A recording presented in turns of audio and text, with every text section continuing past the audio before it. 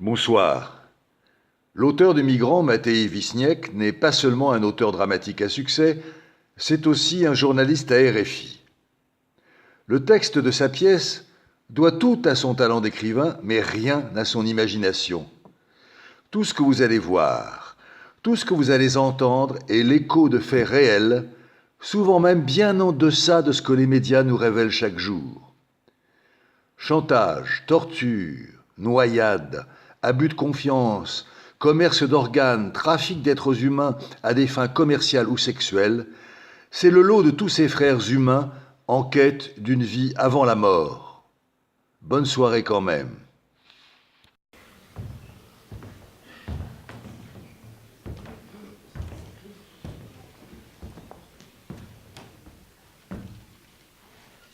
Montrez-moi vos téléphones portables. J'ai dit montrez-moi vos téléphones portables. Ah, vous êtes dur, hein? J'espère au moins que vous avez pensé à les recharger. Parce qu'il faut bien vous rentrer ça une bonne fois pour toutes dans le crâne, ces petits machins-là, ce sont vos vrais bouées de sauvetage. Ce sont vos anges gardiens, vos boussoles. Et pour tout vous dire, vos clés d'entrée en Europe. Donc, vous allez tous taper un nouveau numéro sur votre portable et vous allez le mettre en tête de la liste, avant tous les autres. Avant le numéro de vos femmes, de vos mères, de vos pères, de vos frères, de vos cousins, de vos neveux, de vos amis, de vos voisins. Parce que ce numéro que je vais vous donner sera demain votre bien le plus précieux. Même le téléphone de Dieu, qui par extraordinaire il en avait un, ne vous servira absolument à rien demain matin. Et celui-là, oui. Donc, vous notez 0, 0, 3, 9, 0, 2, 9, 2, 7, 9, encore 9, et encore 9. Allez, répétez-moi tout ça. 0, 0, 3, 9, 0, 2, 9, 2, 7, 9, 9 et 9. Bien, bravo. Alors ce numéro de téléphone portable, c'est quoi? C'est le numéro d'urgence des gardes-côtes de l'Europe. Ah, c'est pas idiot ce que tu viens de me dire, mais c'est pas tout à fait ça. Parce que l'Europe n'a pas de numéro d'urgence. Non. Ça, c'est le numéro d'urgence de l'île de Lampedusa. Parce que demain, vous serez à Lampedusa. Et moi, je vous laisserai à 2 km des côtes. C'est entendu? Oui, chef. Bien. Et vous, à ce moment-là, eh bien, vous utiliserez votre numéro, votre portable, pour appeler les gardes-côtes pour qu'ils viennent vous chercher et qu'ils vous amènent sur la terre ferme. Et là, vous commencerez une nouvelle vie. Est-ce que c'est bien compris? Oui, chef. Bien. Donc, comprenez bien que votre téléphone portable, il faut le protéger. Vous allez déjà commencer par l'éteindre, histoire d'économiser les batteries. Et ça, c'est vrai pour tout le monde. Vous éteignez vos téléphones portables. Tous. Et ensuite, vous allez les glisser dans les petits sacs en plastique que je vous ai donnés pour les protéger de l'eau. Cette nuit, tout ce que vous avez à faire, c'est de rester tranquille et de protéger votre téléphone portable. C'est votre bien le plus précieux que la prunelle de vos yeux. Si le diable vient cette nuit, vient vous tenter et vous dit « Tu me donnes quoi, moi? Hein? Tu me donnes quoi pour que je te laisse en vie? Tu me donnes un œil ou tu me donnes ton téléphone portable ?» Si le diable vient vous trouver et vous dites ça, vous dites quoi? On lui donne un œil. Bravo. T'es intelligent, toi. Tu viens d'où? Je viens d'Érythrée. D'Érythrée. Ah. Et tu t'appelles comment? Eliou.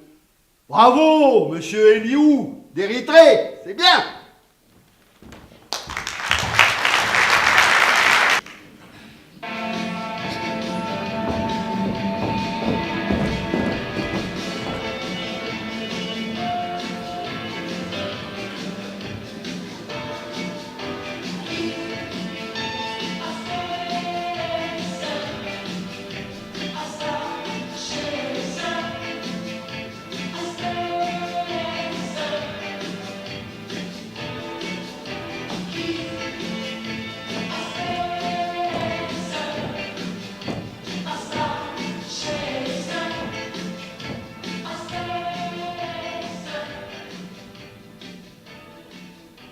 Mesdames et messieurs, bonjour. Vous êtes les bienvenus au Salon des nouvelles technologies anti-immigration.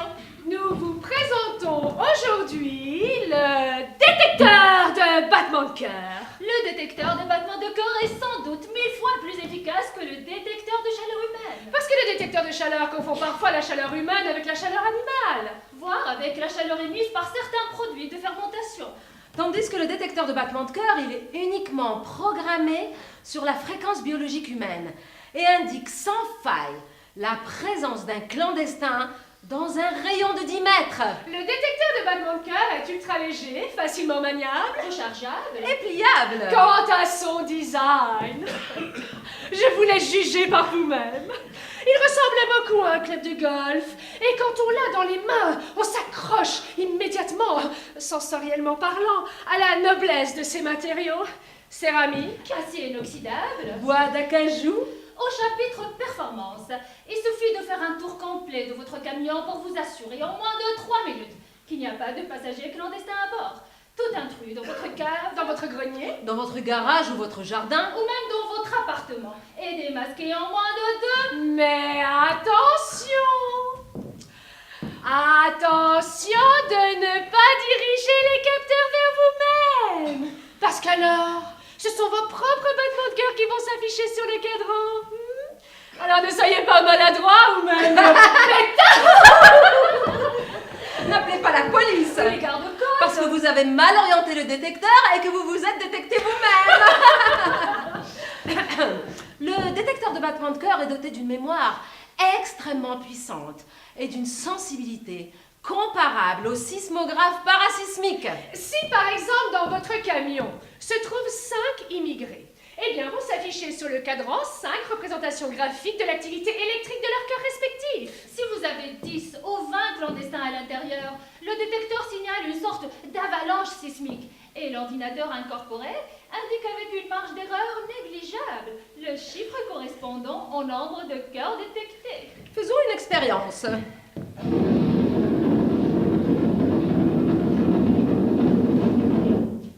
Le compteur indique que vous êtes 82 personnes à suivre cette démonstration.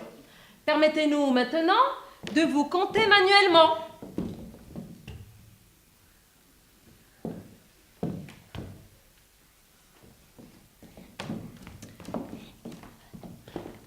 Bingo! Vous êtes bien 82 dans cette salle. Merci.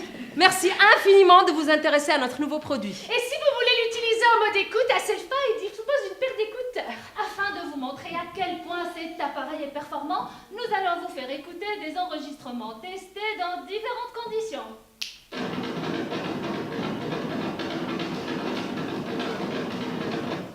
Ceux-ci sont les battements de cœur de toute une famille afghane. 12 personnes en tout, dénichées dans un poids lourd à Calais.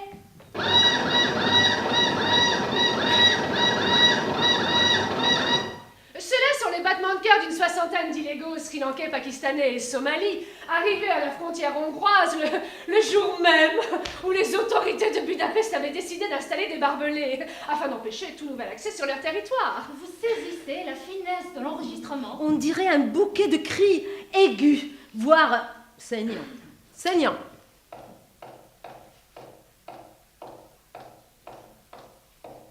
Ici, c'est plus délicat. Vous n'allez jamais deviner ce que c'est. Ce sont les battements de cœur d'un enfant de 4 ans, au moment où son père le fait passer par un trou pratiqué dans les barbelés, à la frontière de la Macédoine avec la Serbie. Vous remarquez la précision absolue du signal. Et on dirait une petite bille de métal qui rebondit sur le carrelage.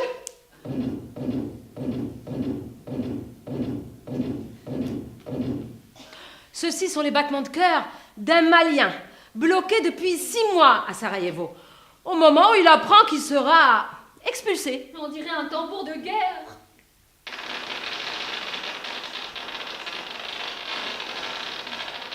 Là, on dirait un vrai tsunami. Eh bien, ce sont les battements de cœur d'une centaine de Syriens et d'Irakiens dont le bateau vient de toucher la terre ferme sur l'île de Lesbos. On dirait un feu d'artifice, n'est-ce pas?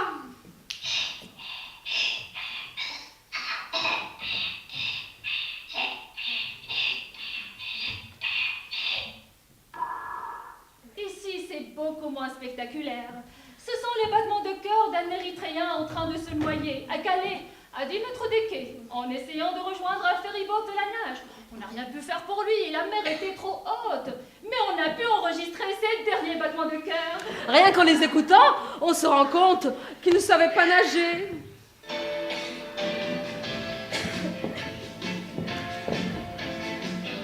Concernant le prix de notre produit, je vous assure qu'il est tout à fait abordable. Et en plus, vous pouvez le payer en 2, Ou 3 fois, sans frais. sans frais.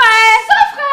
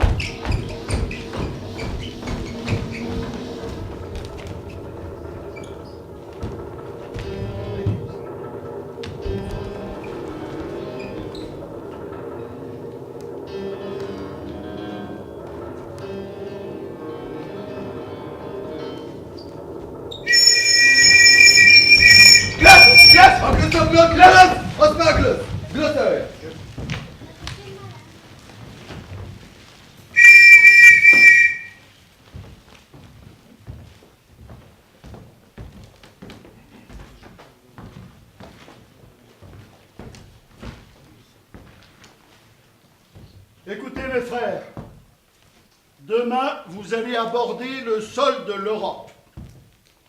Vous allez enfin voir à quoi ressemblent vos rêves. Mais en attendant, il va falloir vous tenir tranquille, parce que nous sommes 100 personnes sur ce bateau. Alors cette nuit, il faudra se comporter comme si on était un seul homme. Personne n'a le droit de se tenir debout. Personne n'a le droit de se tenir debout. Celui qui panique, celui qui se met à crier, celui qui se met debout, je lui fends le crâne. Avec ça, d'un coup, sans hésiter, comme ça.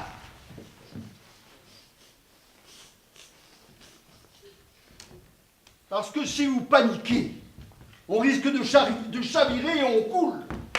Parce que si vous commencez à vous agiter inutilement, on risque de basculer et c'est foutu, on est tous bons pour aller donner à manger aux poissons. Alors pour une fois cette nuit, vous ne bougerez pas. Ce ne sera pas long. Nous en avons pour une quinzaine d'heures. La mer est calme et les conditions sont bonnes. Donc, pendant 15 heures, vous ne faites rien. Vous ne faites rien. Vous avez le droit de prier. À condition que je n'entende pas le moindre murmure. Vous avez le droit de vomir, mais pour ça, vous utilisez les sacs à vomir qu'on vous a donnés. Allez, montrez-moi les sacs à vomir.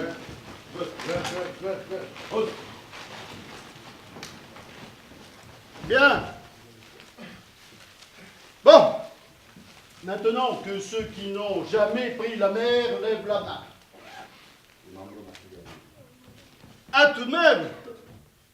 J'espère que vous avez au moins appris à nager, hein. Eh oui, d'accord. Et montrez-moi alors ceux qui ne savent pas nager, que ceux qui ne savent pas nager lèvent la main. Eh ben oui, c'est bien ce que je craignais. Bon, ben écoutez, c'est pas grave. Vous apprendrez peut-être à nager demain. Vous auriez peut-être pu le faire plus tôt, mais c'est comme ça. Vous ne serez pas les premiers qui apprendraient à nager le jour même où il faut sauver sa peau en nageant. J'appelle pourtant ça de la bêtise. Vous avez glandé pendant des mois sur cette plage de Tripoli en attendant d'embarquer pour l'Europe et vous n'avez pas appris à nager. Oh. Enfin, c'est comme ça. Vous ferez avec les gilets de sauvetage, hein? Bon, j'espère au moins que vous avez tous bien déchiré vos papiers d'identité et vos autres documents. Que ceux qui ne l'ont pas fait les déchirent maintenant et les jettent à l'eau. Quand ce sera fait, vous serez tous à égalité. Vous serez tous sans identité. Vous serez des victimes de guerre. Vous serez des victimes de guerre qui fuient les combats. C'est ça que vous direz quand on vous demandera votre identité. Et vous ne dites surtout pas que vous vivez dans la merde dans vos pays et que vos enfants meurent de faim. Parce que ça n'est pas un bon motif pour réclamer l'asile politique. Si vous dites ça, on vous renvoie illico chez vous, c'est-à-dire dans la merde. Vous dites que vous regagnez l'Europe pour fuir les combats. C'est compris? Oui, chef. C'est compris? Oui, chef. Bien. Bon. Maintenant, on va bientôt partir. Alors, je vais vous laisser pisser et chier une dernière fois. Et après, vous vous retenez. Parce que pour ça, la nuit risque d'être un peu longue. Et je n'ai pas envie que vous souilliez mon bateau. Vous voyez bien qu'il est flambant neuf. Je ne veux pas avoir à nettoyer vos pipis et vos cacas demain en rentrant. Et dites-vous que vous êtes quand même bien tombé avec moi. Parce que je n'ai jamais perdu un seul homme. Je crois en Dieu. Je ne suis pas comme les autres passeurs. J'ai moi-même 4 enfants à nourrir. Et je ne fais pas ça pour l'argent. Ne croyez pas. Je fais ça pour sauver mes frères en détresse. Je fais ça parce que ce monde est mal foutu et que je veux apporter un peu d'avenir à ceux qui sont nés dans la partie la plus mal foutue de ce monde mal foutu. Vous comprenez? Oui, chef. Bien. Alors, on y va? Oui, chef. On y va? Oui, chef. Bien, alors à partir de maintenant, tout le monde la ferme. On ne laisse parler que le vent et la mer. Priez pour que les vagues soient douces cette nuit. Ça peut aider.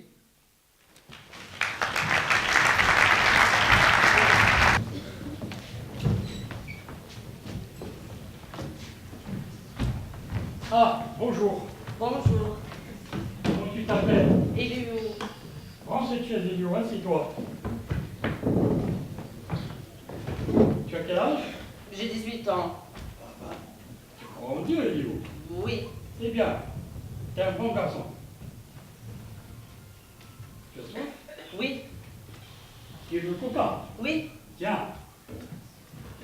Prends ça. Est-ce que tu as un téléphone portable? Oui. Tu me donneras ton numéro tout à l'heure. Oui. Tu sais, Elio, je n'ai pas beaucoup de temps. Hein. Oui. C'est que beaucoup de gens veulent me voir. Je sais. Alors tu vois, mon temps, il est compté. Hein. Oui. Tu sais compter, Elio? Oui. Bon, alors dis-moi, pourquoi Dieu a fait les hommes avec 2 jambes? Je ne sais pas. Ben, il aurait pu nous faire avec une jambe, une main, un œil, un oreille, n'est-ce pas? Hein? Oui. Mais dans sa volonté, Dieu a dit, je vais donner à Eliou 2 bras, 2 jambes, 2 yeux, 2 poumons, 2 reins, pour qu'il puisse avoir une réserve, tu comprends? Oui. Dieu a voulu nous donner une chance. Oui. Est-ce que tu as déjà vu des gens qui vivent avec une seule jambe? Oui. Est-ce que tu as déjà vu des gens qui vivent avec un seul œil? Je ne sais pas. Oui. Est-ce que tu as déjà vu des gens qui vivent avec un seul rein? Non, je ne sais pas. Bah, tu ne sais pas parce que ça ne se voit pas. Mais c'est comme lorsqu'on a une seule jambe, hein. On peut vivre toute une vie avec une seule jambe ou un seul rein. C'est Dieu qui nous a voulu comme ça. Pas pour le cœur, il a dit non, c'est pas possible de leur en donner 2.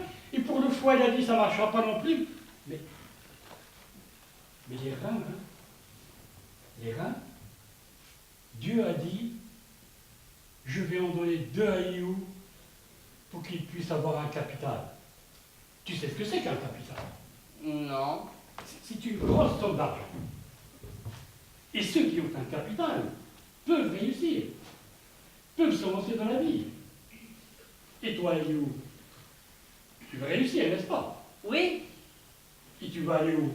En Angleterre. Mais tu ne sais pas nager, Eliou. Non.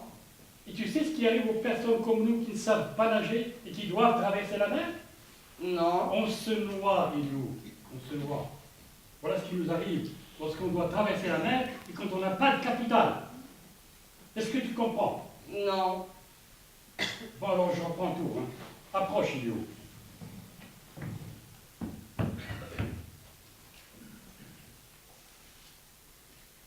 Est-ce que tu reconnais cette ville?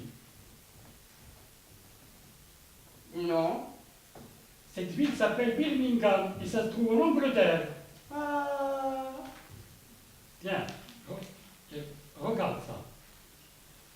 Qu'est-ce que tu vois ici? C'est une pharmacie. C'est une toilette publique. Tu sais ce que c'est qu'une toilette publique? Oui. C'est un endroit propre où les gens civilisés viennent pour pisser. Et regarde là, cette bonne femme-là, qu'est-ce qu'elle fait? Je ne sais pas. Elle encaisse de l'argent, il est où?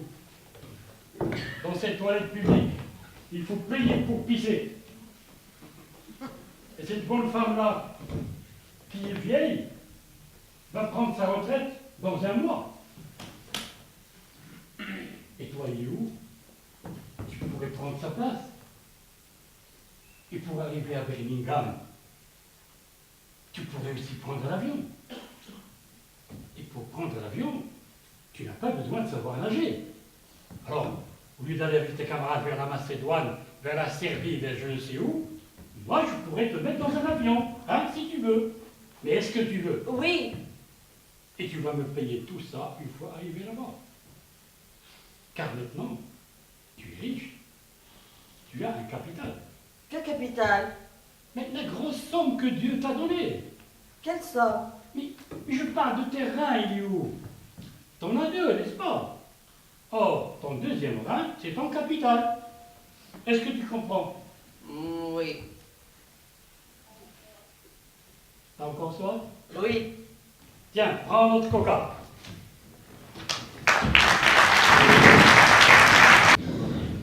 On ne peut pas recevoir recevoir toute la misère du monde. Exclu. On n'a jamais dit qu'on pouvait recevoir tout le monde. Notre pays ne peut pas accueillir davantage d'immigrés. Il faut installer un périmètre d'intransigeance en Europe. Il faut systématiquement séparer les réfugiés de guerre des réfugiés économiques et renvoyer ces derniers dans leur pays d'origine. Nous avons dressé une liste de pays sûrs et nous allons recourir à tous les moyens pour rapatrier ces immigrés clandestins qui n'ont aucune chance d'accéder au statut de réfugiés. Nous allons négocier avec notre allié turc pour que le tri se fasse bientôt sur son territoire. Et puis il faudra aussi trouver les moyens pour lutter plus efficacement contre ces grosses organisations criminelles qui se trouvent derrière ces trafics d'êtres humains. Les chefs de ces réseaux mafieux se trouvent à Istanbul, à Tripoli, voire à Beyrouth. Il faut le dire. Ils sont nos ennemis, de la même manière que les djihadistes de Daesh. Voilà ce que j'avais à dire. C'est ce que j'appelle un discours de vérité et d'urgence. Ce n'est pas en faisant un discours politiquement correct qu'on va réussir à agir, non. Il faut appeler un chat un chat. Alors, pas mal.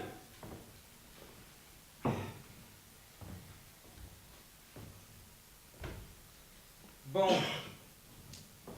Écoutez, Monsieur le Président, pour appeler un chat, comme vous dites, ce n'est pas parce que vous voulez vous débarrasser de votre bon vieux côté politiquement correct que vous devez devenir politiquement incorrect. C'est-à-dire? C'est-à-dire que vous risquez gros sur au moins 3 ou 4 points. Ah oui, et lesquels? Je ne sais pas si vous avez remarqué, mais les médias n'utilisent plus les termes immigrés ou clandestins. Ah, ils utilisent quoi alors? Ils utilisent le terme migrant. Ah, et pourquoi? Pour ne pas stigmatiser. Et pour ne pas stigmatiser qui? Ben justement, pour ne pas stigmatiser les immigrés et les clandestins. Non, non, je ne comprends pas. Réfléchissez. Nous sommes en pleine mondialisation. Et cette mondialisation, nous l'avons voulu. Vous l'avez voulu. Notre majorité l'a voulu. Notre pays l'a voulu. Or, dans un monde mondialisé, nous sommes tous des migrants et pas des immigrés. Vous suivez? Non. Pour être cohérent avec votre politique économique, vous devez oublier les mots immigrés et clandestins. Un immigré, c'est quelqu'un qui vient d'ailleurs, traverse une frontière et s'installe sur un nouveau territoire où il devra respecter les coutumes, les règles, les lois locales. Bref, il quitte un endroit appelé chez lui et s'installe sur un autre endroit où il n'est pas chez lui. D'accord? Oui. Or, un migrant est chez lui partout, sur toute la planète. Dans un monde mondialisé, on bouge, on migre, on est migrant. On a le droit d'aller où on veut, quand on veut. Et du coup, un migrant ne tombe plus sous l'obligation de respecter quoi que ce soit, puisqu'il se considère citoyen du monde. Et c'est ça que veut la mondialisation. Nous avons mondialisé l'économie. On a libéré la circulation des idées, des capitaux, des marchandises, des services. Dès lors, pourquoi ne pas reconnaître le droit des gens de circuler librement? Parce que... Moi, je vous signale simplement cette contradiction, après vous faites ce que vous voulez. Ben justement. Donc, pour ne rien risquer, je vous conseille d'utiliser le terme migrant. Parce que c'est politiquement correct. Parce que c'est politiquement correct. Donc, pour les 4 premières phrases, voilà ce que je vous propose. Vous notez? Notez.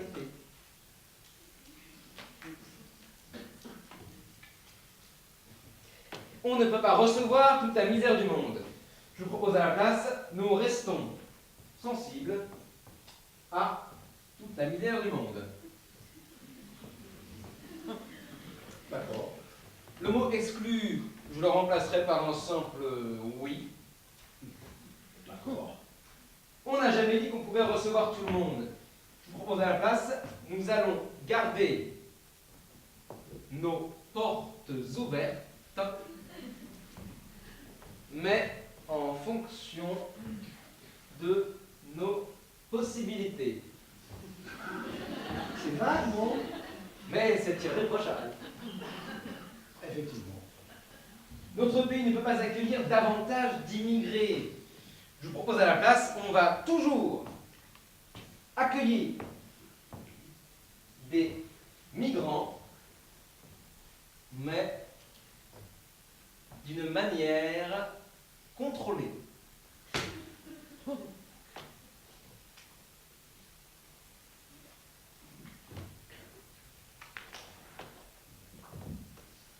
Putain! Quoi? Putain, vous êtes fort! Merci, Monsieur le Président. Vous auriez dû faire de la politique, vous! Mais c'est justement ce que je fais, Monsieur le Président.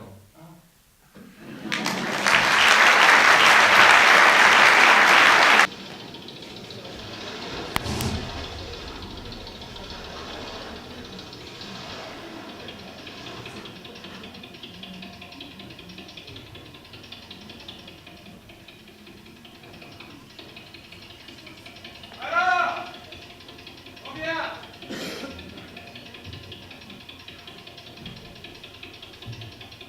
113. 114. Bon. Enfin si, vous racontez encore une fois. Oh.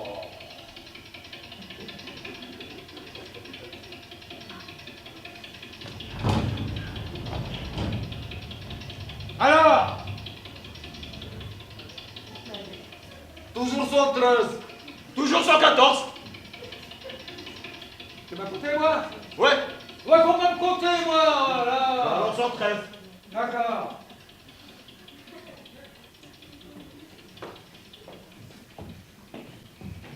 Bien.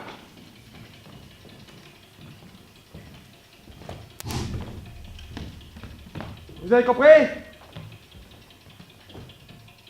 Il y a des clandestins parmi nous. Alors écoutez-moi bien. Moi je ne fais que mon travail. Je ne veux de mal à personne. Je ne hais personne. Je crois en Dieu. Mais j'aime pas qu'on se foute de ma gueule. Fahed. Ouais. Est-ce que tu penses que je suis clair? Ah oui, chef. Ali. Ouais. Est-ce que tu penses qu'ils me comprennent tous? Ah oui, oui, chef. Donc, 13 personnes parmi nous ne devraient pas y être. 13 personnes se sont faufilées parmi vous sans payer. Est-ce que je suis clair? Pourquoi ils ne répondent pas, Ali, Ah, fais. chef, ils ont peur. Ils se rendent compte qu'ils ont fait une grosse erreur, chef. Dites-leur que ceux qui ont payé n'ont pas à avoir peur.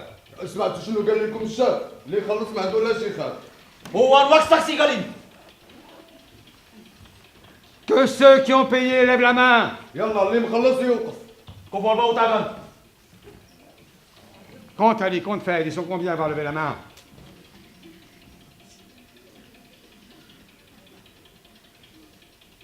Alors? Toujours 113, chef. Toujours 113.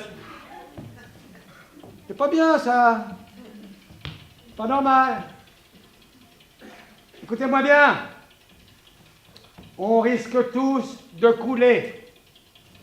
Vous comprenez ça? On ne peut pas être plus de 100 personnes sur ce bateau. Vous pigez ça, espèce de taré? On est trop nombreux sur ce putain de bateau. Et on risque tous de crever à cause de 13 putains de tarés qui se sont faufilés parmi vous. Fahed, Ali, dites-leur qu'ils vont tous mourir. سمعتوا شنو قال لكم الشاب اذا بقينا على هذه الحاره غادي نموتوش بها ها Demandez loin des malins. Tu leur as dit? Ouais, chef. Tu leur as dit? Ouais. Alors? Bah alors, rien, chef, c'est pas moi de quoi faire. Ils ont tous peur et ils prient. Ils prient? Oui, oui, chef, il prie. Et que ceux qui sont montés clandestinement se mettent debout. Que ceux qui sont montés clandestinement se mettent debout. Tout de suite. ويلا واللي ما مخلص واللي سالي تيبقى. كفوا الباو تاعنا. Oh, écoutez, ça sert à rien de prier. Dieu peut faire beaucoup de choses, mais sauf faire tourner un moteur, hein. Et on ne peut pas continuer à avancer comme ça, justement, parce qu'on n'avance pas. Le moteur est en train de se noyer. Et Dieu n'est pas un mécanicien. Vous comprenez? Dieu n'est pas un mécanicien. Et encore moins un bidon d'essence. Et on risque d'épuiser notre essence plus tôt que prévu, parce que nous sommes trop lourds. Donc, 13 personnes, parmi vous, doivent quitter ce bateau. Et ce n'est pas parce que vous n'avez pas payé. Parce que même si vous voulez payer maintenant, c'est trop tard. Maintenant, votre argent ne vaut plus rien. Même si vous en avez plein les poches, que vous voulez payer 3 fois, 4 fois la course, je ne pourrai pas le prendre. On est trop lourd, après c'est tout. Donc que ceux qui n'ont pas payé mettent leur gilet de sauvetage et sautent à la mer. Faible. Oui, chef. Dis à ces connards qui sont montés en cachette qu'ils ont commis un grave péché que Dieu ne peut pas pardonner. Sur ce bateau, il y a des familles, il y a des enfants, il y a des gens qui ont travaillé toute leur vie pour passer en Europe. Ce n'est pas juste de mettre leur vie en danger. Depuis que je fais ce métier, je n'ai pas perdu un seul homme, pas un seul enfant. Je ne suis pas comme les autres passeurs. Je suis quelqu'un qui respecte sa parole. Et j'ai prévenu tout le monde, depuis le début. Les clandestins, c'est la mer qui va s'en occuper. Dis-leur tout ça, fait. Damantino Andimana. Awichi Ewena Nawe. Sophie la Nina Sako. Je suis désolé, les amis, mais avec ces gilets, vous allez pouvoir tenir jusqu'à 24 heures. Alors vous allez avoir tout le temps pour prier, hein. Alors vous mettez vos gilets, vous sautez à la mer. Sinon, c'est moi qui vous jette.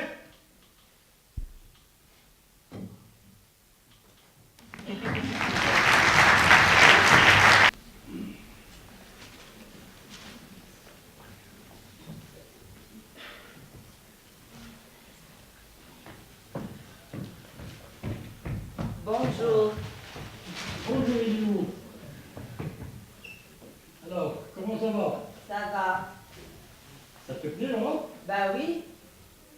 On m'a dit que tu as eu peur dans l'avion, c'est vrai? Oui. Mais tu es quand même un grand garçon. Pourquoi tu t'es mis à pleurer dans l'avion? Pas parce que... Mais t'as failli tout gâcher, mon garçon. Hein? Je suis désolée, chef. Alors tu parles anglais, hein? Oui. Comment on dit « j'ai eu de la chance » I was lucky. Et tu vois, tu parlais pas anglais, hein? Yes. Et comment on dit « je suis heureux » I am happy. Et bravo, je suis fier de toi, hein? Sauf que tu n'es pas vraiment très heureux, n'est-ce pas? Je ne sais pas. Ben non, tu ne l'es pas. Parce que ta famille te manque. Tu as déjà envoyé de l'argent? Oui. Combien? 300 livres. 300 livres? C'est tout? C'est tout ce que tu as pu mettre de côté depuis 6 mois? Ben oui. Mais c'est peu, Elio. C'est très peu. Tu ne pourras jamais faire venir ici ni tes frères, ni ta soeur, ni ta mère, hein? Même si tu travailles jour et nuit, tu ne pourras pas leur payer la traversée. Ben, je veux dire, une traversée sans risque. C'est que ce pays n'est pas vraiment le paradis pour des petits comme toi, hein? Tu bosses, mais on te paie que dalle. Tu t'es fait des amis, Elio? Oui. À la mosquée? Oui. Bon, alors fais attention, mon garçon, hein? Ici, c'est d'abord des tiens qu'il faut se méfier. Mais ça serait bien quand même si tu fais venir tes frères, ta sœur ainsi que ta mère. Hein. Ensemble, vous allez vous entraider. Vous allez réussir. Et tu peux les avoir les tiens avec toi dans 2 ou 3 mois si tu veux. Hein. Ça ne dépend que de toi. Hein. Et comment faire? Tu veux que je t'explique comment faire? Oui, chef. Ben, c'est encore Dieu qui va t'aider. Dieu et personne d'autre. Parce que Dieu est bon. Et dans sa bonté, il t'a déjà aidé une fois. Et si tu viens, il peut encore t'aider une deuxième fois. Est-ce que tu veux qu'il t'aide une deuxième fois? Oui. T'es sûr, Elio? Oui, oui. Et tu veux que je t'explique comment il faut faire? Oui, chef. Lève tes bras, Elio, et dis-moi combien de bras tu as. 2. Bouge tes jambes. Ou bien saute comme si tu jouais au basket. Tu as combien de jambes? 2. Tu vois?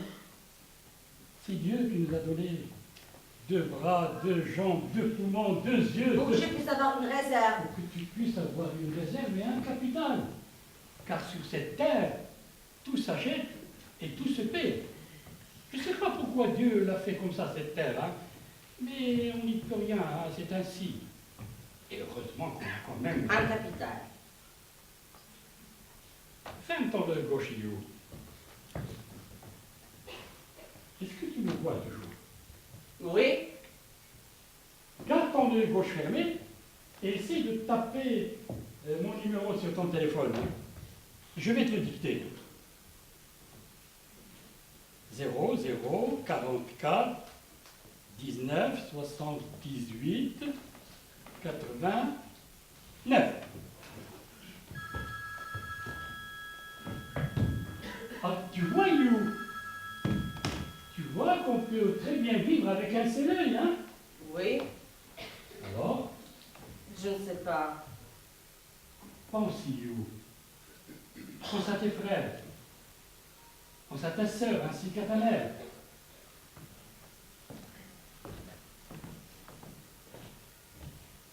Il y a ici, à la surface de tes yeux, une petite tranche de gélatine. C'est transparent et mou. Ça s'appelle une corvée. Et ça vaut 20 000 $ la pièce. C'est Dieu qui nous a voulu comme ça. Riche. C'est Dieu qui s'est dit, je vais donner à Eliou 2 cornets pour qu'il puisse avoir un capital. Oui, Pour qu'il puisse faire venir ici ses frères, sa sœur ainsi que ta mère. oui, Quand on envoie de Dieu, mon garçon, c'est lui qui te parle. oui, Mais qu'est-ce que tu fais? Quand tu pleurniches? oui. J'aime bien pleurer avec mes 2 yeux. Pleure, Eliou, pleure. Tu veux un coca?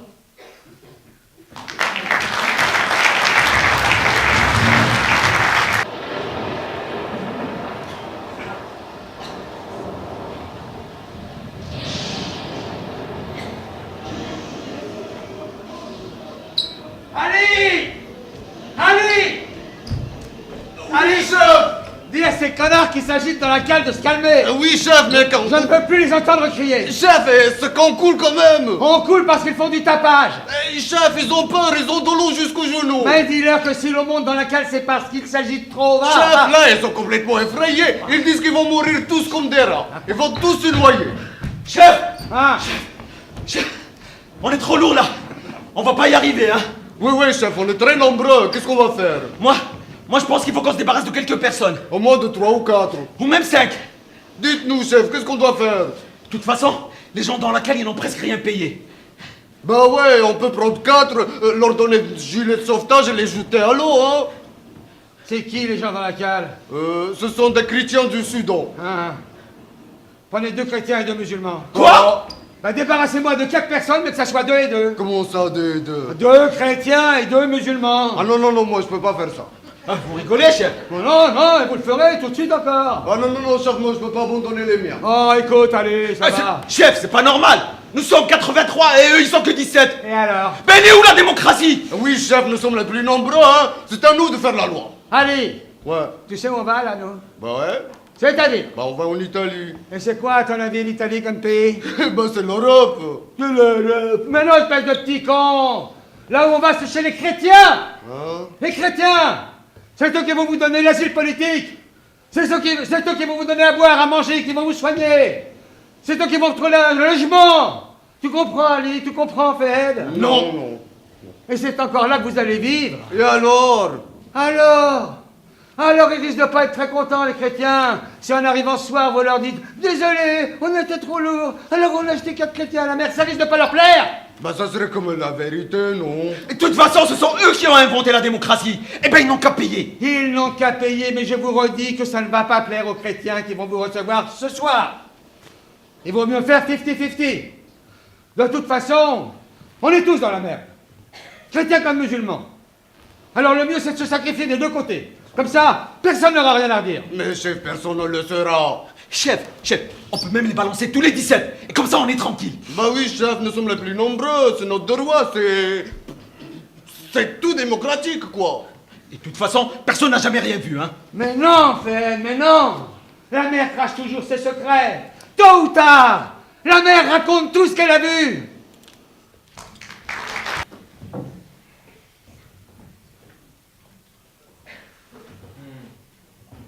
Il faut installer un périmètre d'intransigeance en Europe. C'est un peu dur. Au niveau du sens? Non, plutôt au niveau de la construction de la phrase. On dirait un coup de hache. Or, vous pouvez dire la même chose, mais avec une touche d'émotion. Ça pourrait se dire par exemple comme ça. Nous n'allons jamais abandonner nos convictions humanistes. Et c'est le moment de les défendre avec encore plus d'intransigeance. C'est pas un peu le contraire de ce que je veux dire? Ah, un peu, oui. Mais très peu, très peu. De toute façon, Monsieur le Président, l'important, c'est de jouer un peu sur la corde de l'émotion. La mondialisation médiatique est avant tout émotionnelle. Vous vous enflammez un peu en recourant au mot humanisme, ça ne peut pas faire de mal. Humanisme? Mais c'est un concept un peu vieillot, ça, non? Ouais, un peu, oui, mais justement, c'est le moment de le déterrer.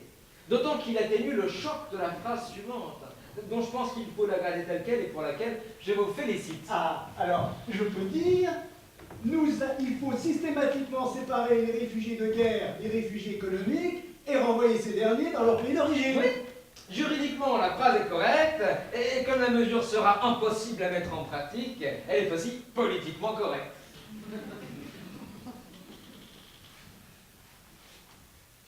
Georges. Oui, Monsieur le Président. C'est pas un peu cynique ce qu'on fait ici? Mais pas du tout, Monsieur le Président. On fait ce qu'on peut. De toute façon, on ne sait pas ce qui va nous arriver. Personne ne le sait. Nous sommes en train de subir un tsunami qui va transformer totalement l'Europe, ça c'est sûr. Et pour la suite, on ne sait strictement rien.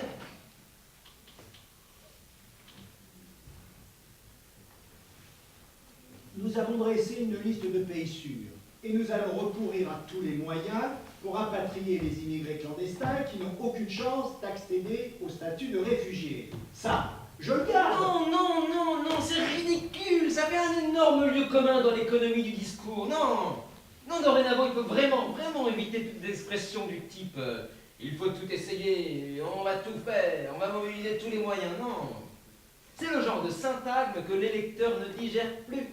Parce qu'il se dit, encore un qui me prend pour un con. Non, moi je vous propose ici plutôt un moment d'exaltation poétique. Hein?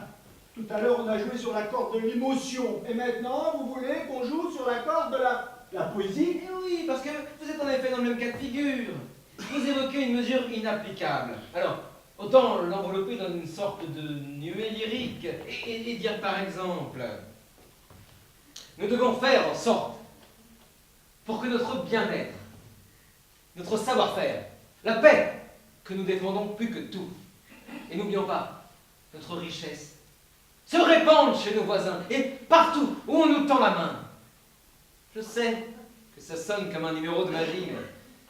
Je crois dans la magie de notre volonté. Georges? Oui, Monsieur le Président. J'espère que vous ne vous moquez pas de moi, là. Non, Monsieur le Président. Et puis vous pouvez ensuite enchaîner sans problème avec la phrase suivante. Nous allons négocier avec notre allié turc pour que le tri se fasse bientôt sur son territoire. Ah, merci, alors, c'est là, vous l'aimez? Oui, elle est courte, robuste, l'art du contrepoint, Monsieur le Président. Dans la préparation d'un discours, c'est le critère principal. Tout le reste, c'est du blabla.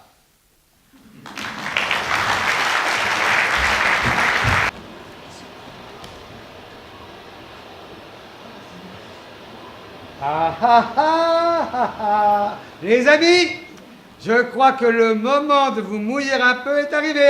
Regardez, voyez la côte grecque là, juste en face de vous. Alors quoi? Je vous dis adieu et bonne chance. Quelques derniers conseils, cependant, avant d'aborder les côtes de l'Europe.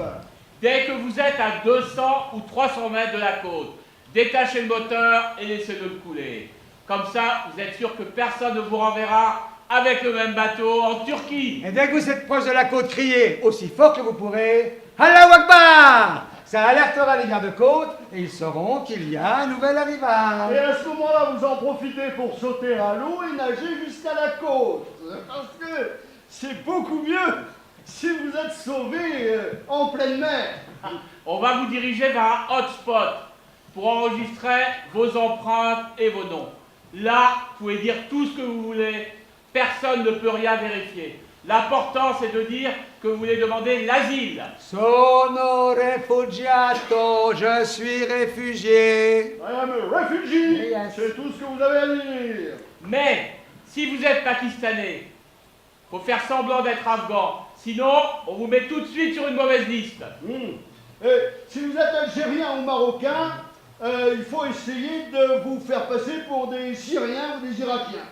Par contre, si vous êtes kurde de Turquie, dites que vous êtes syrien. Sinon, ils vous renverront dans votre cher pays. Ouais.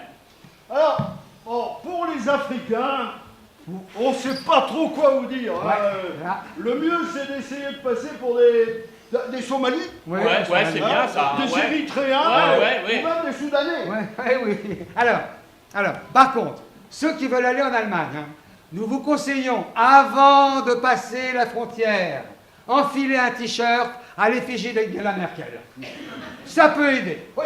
Alors, pour ceux que ça intéresse, sachez que nous vendons ces t-shirts, ici même, pour 5 $ pièce. Et en plus, ça peut vous servir quand vous arrivez en Allemagne, vous pourrez dire, c'est Madame Merkel qui m'a invité. Mais si vous allez au Danemark, attention, on va vous confisquer vos bijoux et votre argent liquide. Alors il vaut mieux se présenter à la frontière les mains vides.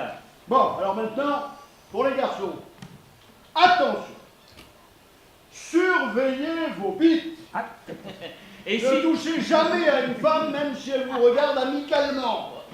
Et si vous allez à la piscine, eh ben n'approchez jamais d'une femme à moins d'1 mètre. Oui, et surtout, ne vous masturbez pas dans l'eau.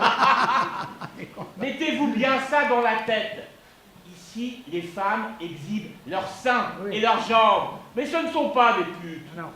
N'abordez jamais une femme seule qui fume et qui boit un verre à la terrasse d'un café. C'est pas le profil d'une prostituée. Mais non, mais si vous voulez vraiment savoir où sont les putes, demandez-le au chauffeur de taxi. Bon alors maintenant, le plus important, la demande d'asile. Ouais, la demande d'asile, attention. Quand vous allez commencer à remplir votre demande d'asile, il y aura des traducteurs qui viendront vous offrir leurs services. Certains seront des gens de votre propre pays. Ne leur faites pas confiance.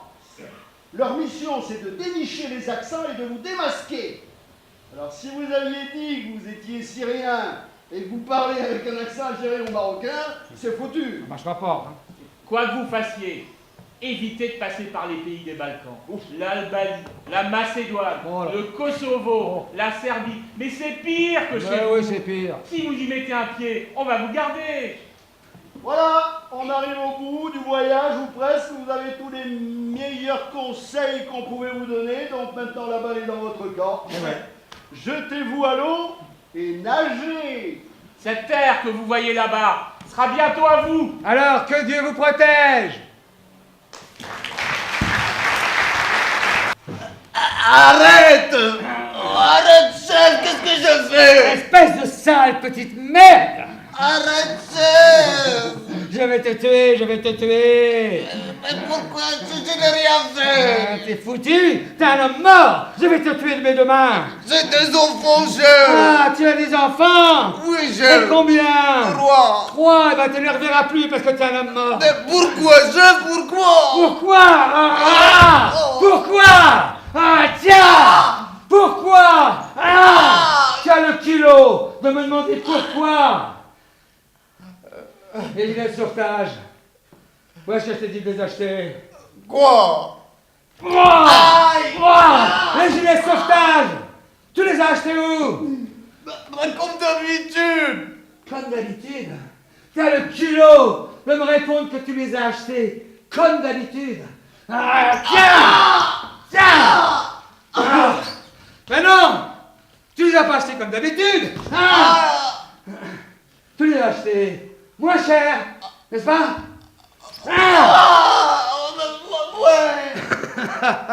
Et combien t'as gagné, allez?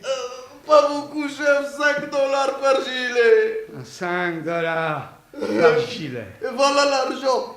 Voilà l'argent, je vous rends tout. 5 $ par gilet. 100 gilets, multiplié par 5 $, ça fait 500 $, ça. Ouais. Regarde. Regarde ce que je vais faire avec tes dollars. Espèce de sale petite merde puante. Bouffe tes nez, t'es là. Pardon-moi, ça, je te mentirai plus. Non, tu ne me mentiras plus, parce que tu es un mort. Je ne mérite pas ça, chef. Tu ne mérites pas ça. Tu ne mérites pas ça. Et les enfants, à qui j'ai donné de faux gilets de sauvetage, ils méritaient ça à eux peut-être. Quoi? Tu ne le savais pas? Non. Que tes gilets de merde, que tu as acheté moins cher, étaient de faux gilets. Non. Tu ne le savais pas? Non. Et que les faux gilets ne flottent pas. Tu ne le savais pas? Non. Tiens, et ben maintenant tu le sais. Les gilets de sauvetage que tu as achetés moins cher, au contraire, au lieu de flotter, ils empêchent les gens, ils les emmènent dans le fond. Si c'est trop lourd, ça devient un passeport pour mourir. Tu as distribué des tombes au lieu de gilets. Et tu dis que t'es croyant. Mais c'est qui ton Dieu?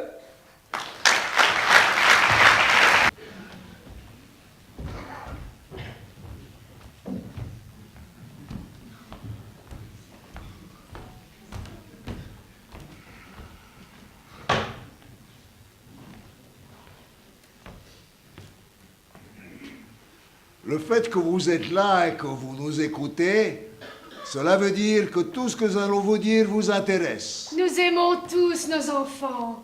Les enfants, c'est ce que nous avons de plus précieux. Et nous sommes tous prêts à tout faire pour qu'ils aient un avenir, pour qu'ils puissent vivre normalement dans l'amour de Dieu et dans la sécurité. Vous êtes tous prêts à tout faire pour partir avec eux en Europe, pour qu'ils puissent vivre en Europe. Mais vous n'êtes pas obligés d'aller avec eux en Europe pour qu'ils puissent vivre en Europe. Non, le plus simple et le plus sûr, c'est de les envoyer seuls. Eh bien oui, je vous assure que c'est la meilleure solution pour vos enfants. Écoutez, nous comme vous, nous sommes des parents croyants. Et c'est au nom de Dieu, et parce que Dieu nous a montré la voie, que nous faisons ce travail pour vous et pour vos enfants, pour qu'ils puissent écrire leur destin. Parce qu'il n'est pas trop tard. Pour que l'identité de vos peuples ne se dilue pas. Nous avons fait passer des milliers d'enfants en Europe. Depuis l'Irak, la Syrie, la Libye, la Somalie. Et on n'a jamais perdu un seul enfant en route. Ça, je vous le jure, sur l'amour de Dieu et sur l'âme de ma mère. Nous ne sommes pas des bandits. Nous ne sommes pas des voleurs. Nous ne sommes pas des proxénètes. Nous ne sommes pas des mécréants. Non, nous sommes une organisation humanitaire qui sauve des enfants en détresse. Et vos enfants, vous le savez, ils sont en détresse. Chez vous, ils n'ont pas d'avenir. À tout moment, des hommes en armes peuvent faire éruption dans les écoles et enrôler vos garçons à vie. C'est ça que vous voulez, que vos garçons à 12 ans deviennent des combattants et qu'ils aillent faire le djihad? Non, ce n'est pas ce que vous voulez. Vous ne voulez pas pour vos filles non plus qu'elles soient enlevées par Boko Haram ou d'autres fous de Dieu ou des gens sans scrupules qui vont les marier à des martyrs décervelés, qui vont les laisser veuves à 18 ans. Écoutez, l'Europe est prête à accueillir vos enfants les bras ouverts. C'est marqué, là, dans le manuel de droit européen en matière de droits de l'enfant. L'Europe met les enfants au cœur de ses valeurs et de ses aspirations. Et c'est par ces lois que vos enfants sont protégés. Et ces lois sont bonnes. Ils vont aller à l'école. Ils vont apprendre la langue. Ils auront un travail. Montrez les photos. C'est dans des maisons comme celle-là qu'ils seront accueillis. Avec des salles de prière à côté. Oui, et des salles de jeu aussi. Et ils vont manger halal, parce que ça, c'est prévu par la loi. Oui, et puis dès qu'ils le peuvent, ils pourront demander à vous faire venir. Oui, parce que ça aussi, c'est prévu par la loi. Alors, parlons des questions pratiques. Oui, nous, ce qu'on vous propose, c'est un trajet en bus. Nous allons transférer vos enfants d'Europe sans danger. Notre parcours est sûr et sans problème. Nous ne traversons aucune région en guerre. Nous passons par l'Iran. Ensuite, nous les acheminons sur les villes de Tabriz et de Makou. Nous les regroupons par petits groupes et direction la Turquie. Une fois arrivés à Istanbul, traversez en Zodiac jusqu'à l'île de Lesbos qui est déjà en Europe. Est-ce que vous savez ce que c'est qu'un Zodiac? C'est un petit bateau à moteur qui ne tombe jamais en panne. Alors nous, on prend vos enfants par lot de 40 et on les débarque sur une plage. Alors bien sûr, on leur donne un gilet de sauvetage, oui, parce que c'est la règle en Europe. Oui, oui, toute personne qui monte sur un bateau est obligée d'en porter un, mais vos enfants, eux, ils ne risquent même pas d'être mouillés. Ne croyez pas à la propagande de l'Europe, qui publie tous les jours des photos d'enfants noyés. Ça, c'est pour vous effrayer. C'est pour vous empêcher de faire quoi que ce soit. C'est pour que vous continuez à vous terrer chez vous, les bras croisés au lieu d'agir. D'ailleurs, l'Europe, elle a besoin de vos enfants. Oui. Là-bas, les hommes, ils sont tous vieux et ils ne procréent plus. Il paraît même que les testicules des hommes européens ont rétréci et que leur semence n'est pas bonne. Oui, oui, enfin ça, c'est une autre histoire. Parlons prix.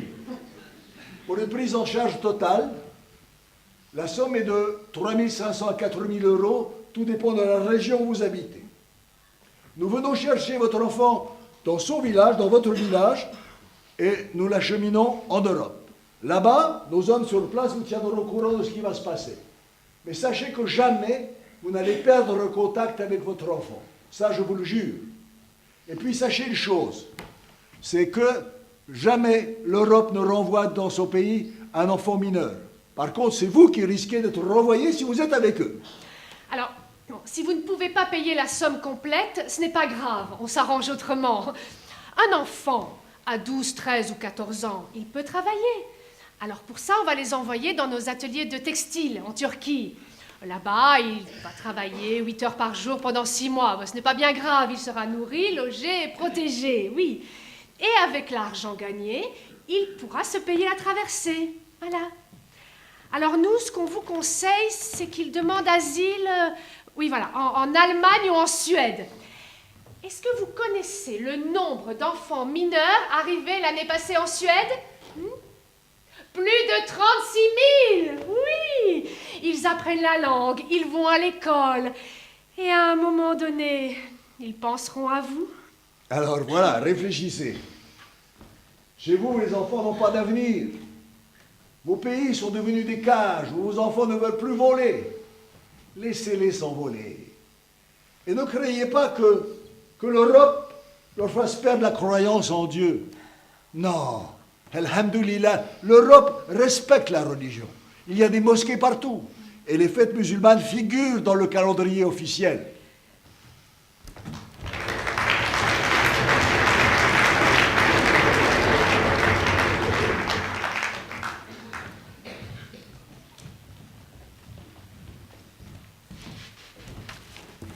Bonsoir. L'agence de coordination policière Europol a révélé la disparition de plus de 10 000 enfants migrants durant les 2 dernières années. Il est à craindre qu'une majeure partie de ceux-ci soit désormais réduite en esclavage ou au commerce sexuel par des organisations criminelles. Rappelons que rien qu'en Italie, la trace de 5 000 enfants a été perdue. Le ministère de l'Intérieur britannique a justement annoncé jeudi qu'il étudierait l'accueil d'enfants seuls, éloignés de leur famille par les conflits.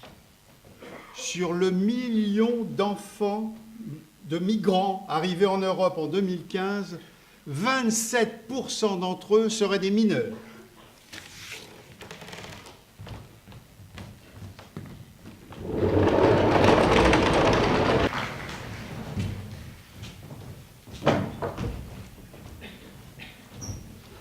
Bonjour, il est où? Bonjour. Alors, tu te souviens de moi? Oui, Mais tu n'es pas content de me voir. je ne sais pas. Tu vas bien, Liu? Je ne sais pas. Mais si, tu vas bien. Tu travailles, tu as toute ta famille avec toi. Tu es un bon fils, Liu. Oui, Et tu es aussi un bon frère. oui. Regarde-moi un peu, droit dans les yeux. C'est fou. On dirait qu'il n'y a pas de différence. Quelle différence? Entre ton œil gauche et ton œil droit, ils sont parfaitement pareils. Non, ils ne sont pas. Mais on ne remarque rien de l'extérieur. Mais je veux dire qu'ils sont parfaits tous les deux. Non, ils ne sont pas pareils. Peu importe, il est où. Même tes frères ils n'ont rien remarqué, n'est-ce pas? Non, mais ma mère, si. Ben oui, ta mère, bien sûr, parce que c'est elle qui t'a dit au monde.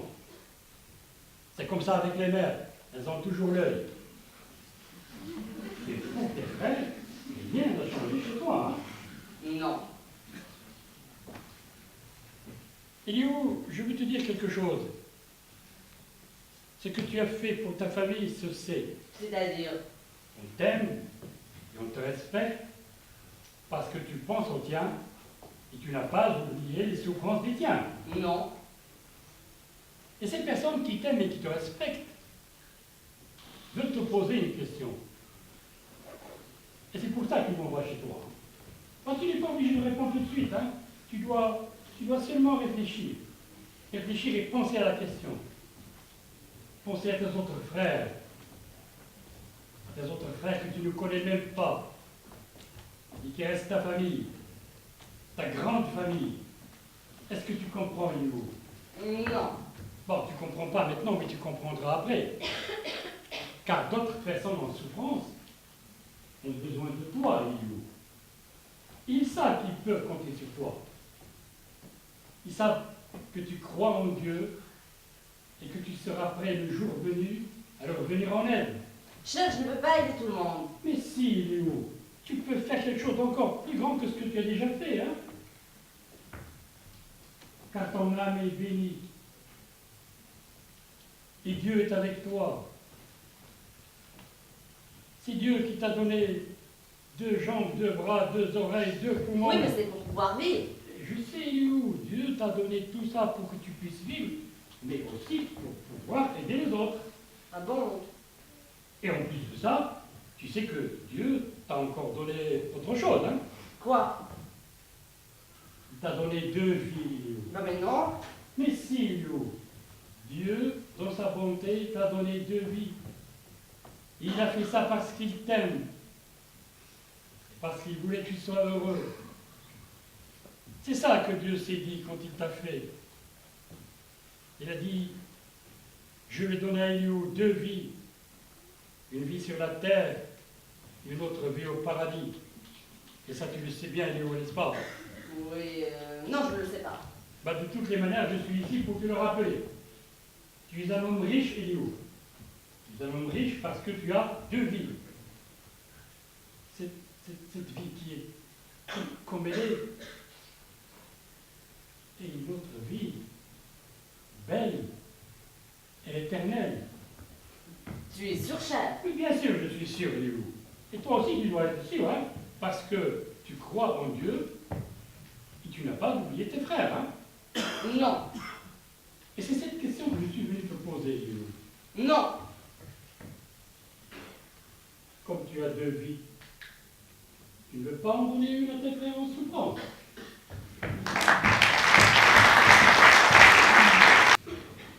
Et puis il faudra trouver des moyens pour lutter plus efficacement contre ces grosses organisations criminelles qui se trouvent derrière ces trafics d'êtres humains. Les chefs de ces réseaux mafieux se trouvent à Istanbul, à Tripoli, voire à Beyrouth, il faut le dire. Voilà. Ils sont nos ennemis, de la même manière que les djihadistes de Daesh. Oui. Voilà ce que j'avais à dire. C'est ce que j'appelle un discours de vérité et d'urgence. Ce n'est pas en faisant un discours politiquement correct qu'on va réussir à... Non. Il faut appeler un chat un chat. N'essayez plus de sortir du politiquement correct avec une pirouette sur le politiquement correct. D'accord, Georges? La pensée politiquement correcte, Monsieur le Président, c'est notre meilleure clôture contre le devoir d'agir. C'est notre système de barbelé mental qui nous permet de donner des leçons sans être obligé de trouver des solutions. D'accord, Georges. Donc, aussi longtemps que vous ne pouvez pas résoudre le problème de ce monde, restez politiquement correct. D'accord, Georges. Merci, Georges. Shakira! Shakira! Viens ici!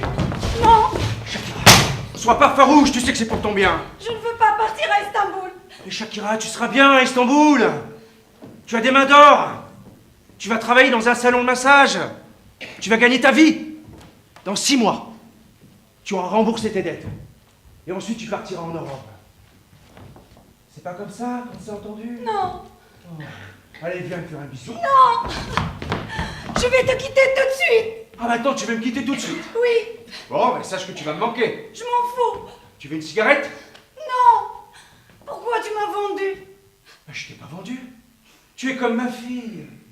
Jamais je te vendrai. Alors pourquoi tu dis que je dois partir à Istanbul? Parce que j'ai une dette envers ce monsieur. Tu m'as vendu pour payer ta dette? Mais je t'ai pas vendu. Je t'ai prêté. Tu m'as prêté? Oui. Pour combien de temps? 6 mois. Pour 6 mois. Oui, Shakira, pour 6 mois. Après, je te reprends et je te fais passer en Allemagne. Non, c'est fini. Tu me reverras plus jamais. Tu peux pas partir comme ça. Si. Mais non. Parce que j'ai une dette d'honneur. Je ne peux pas faire autrement. Tu as une dette d'honneur. Et c'est à moi de payer ta dette d'honneur. Je t'ai perdu au poker. C'est sérieux là. Je ne peux pas faire autrement. Ce monsieur t'attend en bas. Tu pars avec lui, tu restes sage. Sinon ça retombe sur moi. Non. Tu peux pas partir comme ça. Mais si. Non.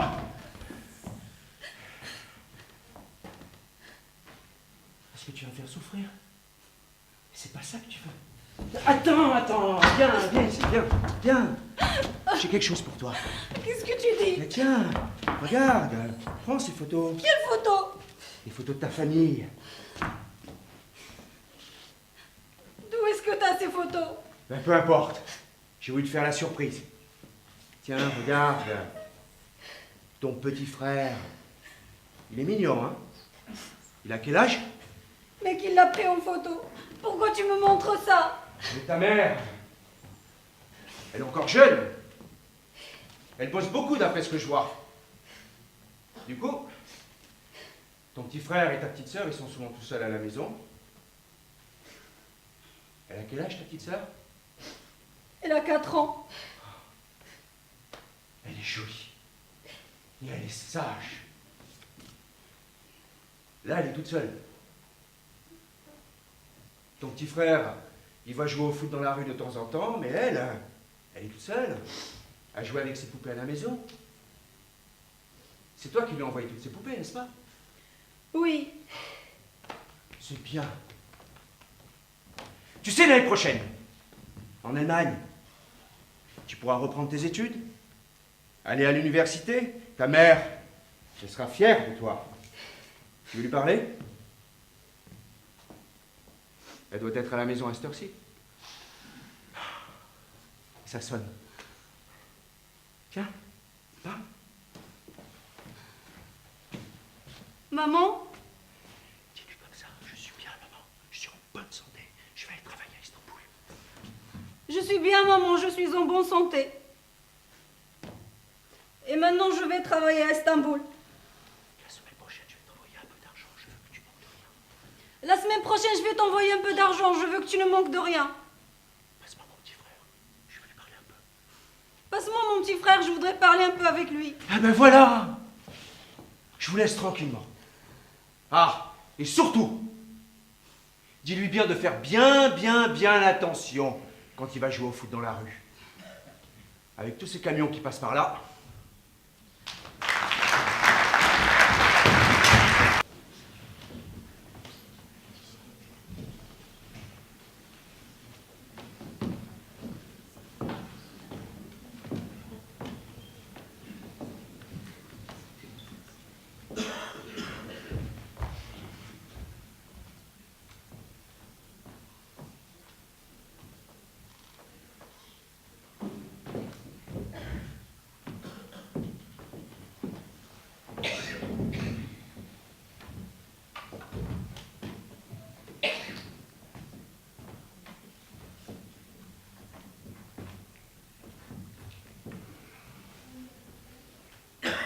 Je vous écoute, Georges. Ça peut tenir encore 4 ou 5 ans. C'est-à-dire? C'est-à-dire le rythme actuel d'1 million de migrants par an. Et après? Après, ce sera au revoir à la démocratie. Ah, et pourquoi? Parce que l'extrême droite va gagner, partout, et toutes les élections. Mais d'où est-ce que vous tenez ça? les sondages, les simulations d'opinion. Vous croyez que c'est une invasion, Georges? Non. C'est une révolution. C'est-à-dire? C'est que nous avons construit un supermarché dont les images arrosent toute la planète, et ce depuis des décennies. Seulement, les rayons qui dégorgent de produits se trouvent sur un périmètre géographique limité. C'est donc normal qu'on se retrouve avec des queues gigantesques aux entrées. On aurait dû se cacher, donc, ne pas envoyer autant de cartes postales à nos cousins plus pauvres. C'est encore de la faute aux médias. Mais oui, Monsieur le Président, il ne fallait pas se vanter tant que ça avec nos produits, notre génie, notre sens de l'universalité. Je ne vois pourtant pas où est la révolution. C'est que le grand barman en a marre de servir du bon vieux whisky dans certains verres et de l'alcool frelaté dans d'autres. Alors, il a décidé de faire un grand, gigantesque cocktail. Il a justement commencé à agiter son shaker. Et que trouve-t-il dans le shaker, Georges? De notre planète, Monsieur le Président. Je vous écoute, Serge. Alors, on ne peut pas les arrêter, mais on peut les ralentir. Ah, comment ça? Par la presse. Il faut privilégier les images négatives. C'est-à-dire?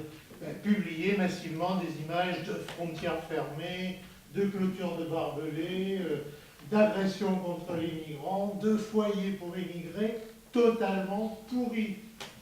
Il faut faire massivement des reportages avec des migrants qui veulent quitter la France et rentrer chez eux. Voilà, ceux qui veulent rentrer chez eux. Et il faut diffuser les témoignages de migrants écœurés de l'Europe et totalement déçus. Si on se lance tout de suite, on aura les premiers effets bénéfiques dans 6 mois. Ah. Mais il faut que tous les médias parlent de notre administration infernale et accordent beaucoup d'importance à chaque agression contre les migrants. Il faut que ça passe en boucle. Incendie contre les foyers de migrants, slogans et graffitis anti-migrants, manifestations anti-immigration. Il faut aussi filmer et passer en boucle toutes les reconduites à la frontière et les expulsions. Et en cas de délit grave commis par un migrant, il faut que le procès soit retransmis en direct. Surtout les procès pour viol ou agression sexuelle. Ah, ça aura un effet rapide. D'après nos simulations, si on s'y met maintenant, le flux de migrants va reculer de moitié l'année prochaine. Comment faire ça, Serge? La presse est libre. On ne peut rien imposer. Oui, la presse est libre, Monsieur le Président, mais elle est régie par l'esprit de troupeau. Il suffit de donner le là. Ah oui, et on peut donner le là dans une démocratie? Mais nous sommes une démocratie effrayée, Monsieur le Président. Je vous écoute, Michel. Avec la ligne actuelle, vous n'avez aucune chance, Monsieur le Président. C'est-à-dire? C'est-à-dire que vous perdez, dans tous les cas de figure. Ah, et qui donne gagnant? C'est le parti anti-immigration. Le parti des effrayés? Oui. Et même si l'économie redémarre? L'enjeu n'est plus économique, mais identitaire. On a testé l'argument « les migrants, source du futur miracle économique ». Ça ne suscite aucun enthousiasme. Au contraire, ça amplifie la suspicion. Ça ne marche pas non plus, le scénario du bouleversement démocratique à long terme dans les pays d'origine des migrants. On a déjà, oui, Monsieur le Président, 20 000 jeunes issus de l'immigration, nés en Europe, qui sont allés faire le djihad. Personne ne croit que les enfants des nouveaux arrivants iront demain promouvoir la démocratie dans les pays de leurs parents. Personne.